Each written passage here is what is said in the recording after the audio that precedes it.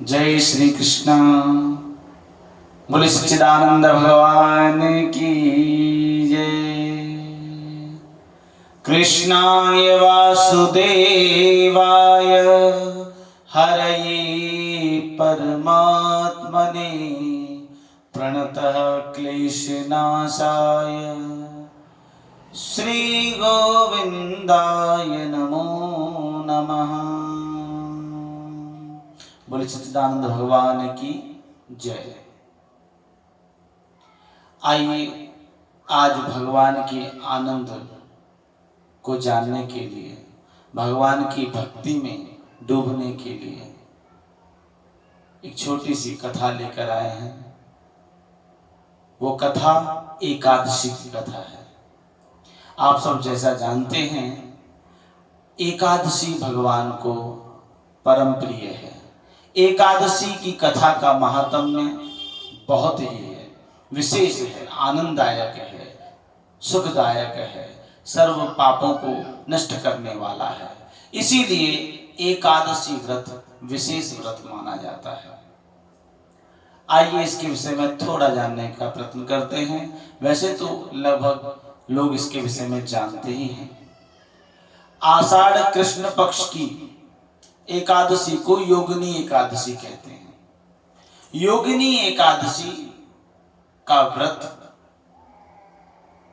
व्यक्ति के संपूर्ण कष्टों का निवारण करता है, उसके शरीर के कुष्ठ रोगों को नष्ट करता है। जो व्यक्ति इस योगिनी एकादशी का व्रत करता है, योगिनी एकादशी के व्रत से 88,000 ब्राह्मणों को भोजन कराने का जो फल है उतना फल प्राप्त होता है, ऐसी मान्यता है। इसीलिए यह व्रत बड़ा ही उत्तम है। इस व्रत के पीछे एक पौराणिक कथा है। माना जाता है भगवान कृष्ण ने युधिष्ठिर को एकादशी के विषय में ठीक प्रकार से जितना भी विस्तार से हो सकता था बताया था। इसीलिए एकादशी का व्रत करते रहना चाहिए, करना चाहिए। इस कथा के संदर्भ में बताते हैं कि एक बार स्वर्ग नगरी में अलकापुरी नाम की एक नगरी थी। उसमें राजा कुबेर रहा करते थे और भगवान शिव की भक्ति किया करते थे। भगवान शिव की भक्ति में आनंद लेते थे। ओम नमः शिवाय, इस प्रकार भगवान का मंत्रोच्चारण करते हुए, उन्हें स्तुति करते हुए उन्हें प्रसन्न करते थे और भिन्न भिन्न प्रकार के भांति भांति फूलों से भगवान को प्रसन्न करने का प्रयत्न करते थे। और इस काम के लिए उन्होंने एक माली रख रखा था जिसका नाम था हेम। हेम माली उनके लिए मानसरोवर या अन्य स्थानों से पुष्प लाया करता था। उसकी एक पत्नी थी जिसका नाम था विशालाक्षी। वैसे तो हेम माली अपने कार्य को ठीक प्रकार से किया करता था, लेकिन वह थोड़ा सा कामी था। एक दिन जब उसे भगवान के पूजन के लिए पुष्प लाने के लिए भेजा गया तो वह मानसरोवर पुष्प लेने के लिए चला गया। और मानसरोवर जब पुष्प लेकर आया तो समय था और उसने उस समय का दुरुपयोग क्या किया, अपनी पत्नी के प्रेमालाप में वह लग गया। मनोविनोद करते हुए पत्नी से वह सब भूल गया कि उसका कर्तव्य क्या है। इधर जो है कुबेर बहुत देर से उसकी प्रतीक्षा कर रहे थे। ऐसा क्या कारण हो गया जो हेम माली मेरे पुष्प को लाने में देरी कर रहा है। विलंब का कारण जानने के लिए उसने अपने दूतों को कहा कि जाओ पता लगा कर आओ कि हेम माली क्या कर रहा है, कहां पर वह फंस गया है जिसकी वजह से वह आ नहीं पाया। पुष्पों को देरी से लाने का कारण क्या है। जब दूत गए तो उन्होंने देखा कि हेम माली अपनी पत्नी के प्रेमालाप में लगा हुआ है। तो उन्होंने जाकर कुबेर से ये बात बताई तो कुबेर को बड़ा ही क्रोध आया, और जब हेममाली पुष्प लेकर उनके पास पहुंचा तो कुबेर ने उन्हें शाप दिया कि तुम अपने कर्तव्य को भूलकर अपनी पत्नी से प्रेम में आसक्त हो रहे थे, इसीलिए मैं तुम्हें शाप देता हूं कि जाओ, तुम्हें दारुण दुख की प्राप्ति हो, तुम्हें कोढ़ की प्राप्ति हो। जिस पत्नी से तुम्हें बहुत अधिक प्रेम है उससे तुम्हारा वियोग हो, इस तरह का उसे शाप दे दिया गया। और जैसे ही शाप दिया वह वहां से जो है उसका पतन हो गया स्वर्गलोक से, और वह धरती पर आ गया। धरती पर जन्म लिया और वह कोढ़ अवस्था में धरती पर पहुंच गया।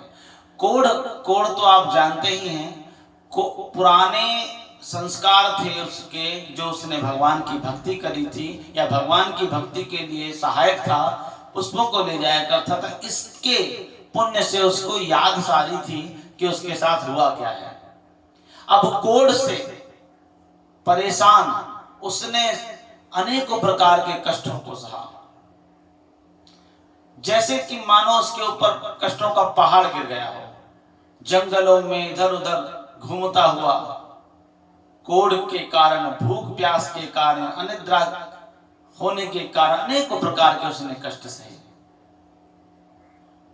अब वह उन कष्टों को सहता हुआ इधर उधर भटकता रहा, और भटकते भटकते श्री मार्कंडेय ऋषि जी के आश्रम में पहुंच गया। जब वो श्री मार्कंडेय ऋषि के आश्रम में पहुंचा, मार्कंडेय ऋषि का आश्रम बड़ा ही उत्तम आश्रम था, आनंदमय आश्रम था, और वैसे भी आश्रय का स्थान उस समय यही आश्रम ही हुआ करते थे।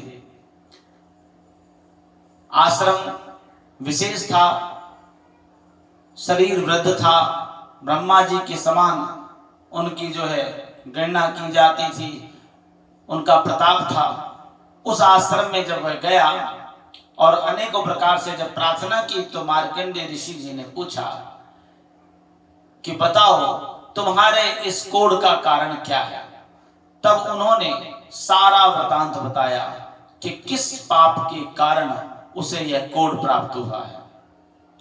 तब श्री मार्कंडेय ऋषि बोले कि तुम्हारा जो पाप है वह बहुत बड़ा है, लेकिन एक ऐसा उपाय भी है जिसके कारण बड़े से बड़ा पाप भी जो है टल जाता है, उससे मुक्ति मिल जाती है। और जो तुम्हें इस समय जिसकी प्राप्ति अर्थात जो कोढ़ तुम्हारे शरीर पर है, उससे भी तुम्हें मुक्ति मिल जाएगी।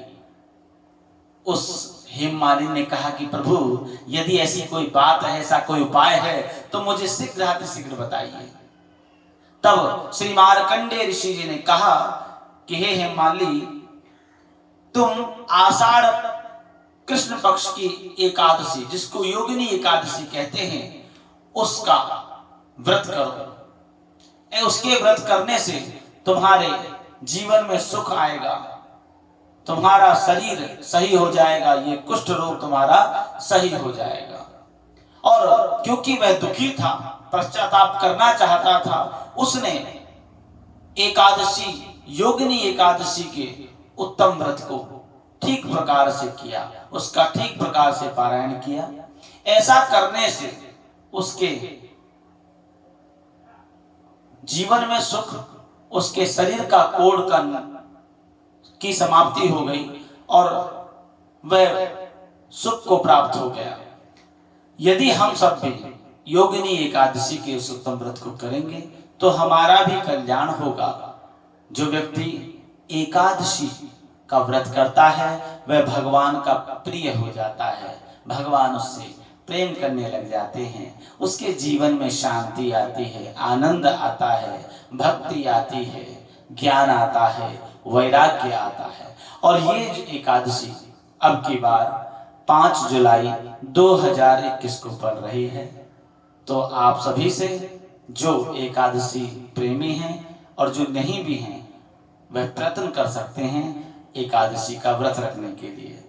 जो करेगा उसको लाभ की प्राप्ति होगी, और जो नहीं भी कर पाए, इस कथा को श्रवण करने से उसको भी लाभ की प्राप्ति हो, उसका भी जीवन आनंदमय हो। जो इस कथा को सुन रहे हैं उनको भगवान सुख संपत्ति समृद्धि और यथाभाव यथा इच्छा फल की प्राप्ति करें, ऐसा हम प्रार्थना करते हैं। बोलो सच्चिदानंद भगवान की जय।